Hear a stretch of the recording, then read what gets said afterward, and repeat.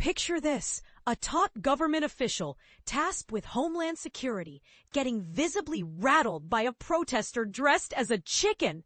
That's the uproarious scene The Daily Show spotlighted this week, turning a tense moment in Portland into prime comedy fodder. But here's where it gets controversial, and trust me, you won't want to look away as we dive into the politics, the protests, and the punchlines that are sparking heated debates everywhere.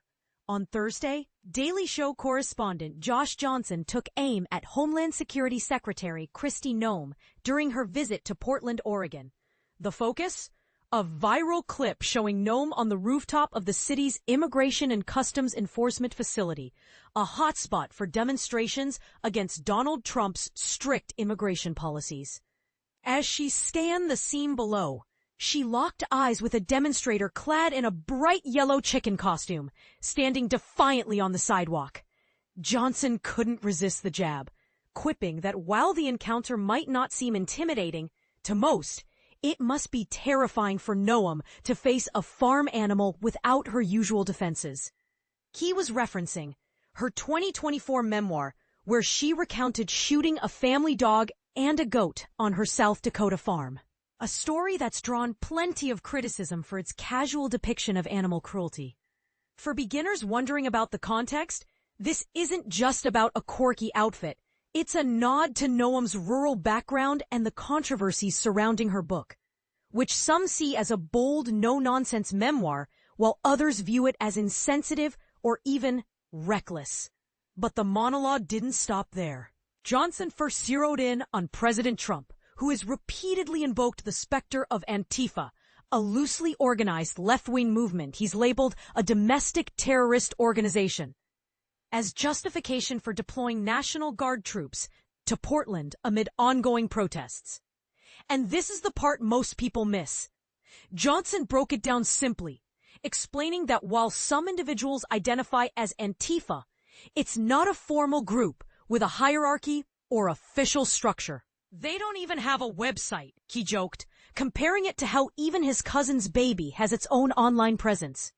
It's a clever way to highlight how Antifa operates more like a decentralized idea than a coordinated army, which can confuse newcomers to political activism.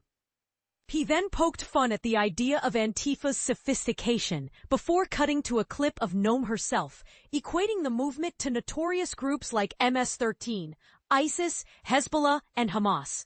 Wait, what? And they're here? Johnson exclaimed, before declaring Antifa the Power Rangers of terrorism. A lighthearted dig at how exaggerated the comparisons can feel. For those unfamiliar, MS-13 is a violent street gang, while ISIS, Hezbollah, and Hamas are internationally recognized terrorist organizations. So likening Antifa to them ramps up the rhetoric significantly. Is this a fair assessment, or is it inflating a loosely defined protest movement into something far more menacing? That's the controversy brewing here. Some argue it's a necessary warning against potential unrest, while others see it as political fear-mongering to justify crackdowns on dissent.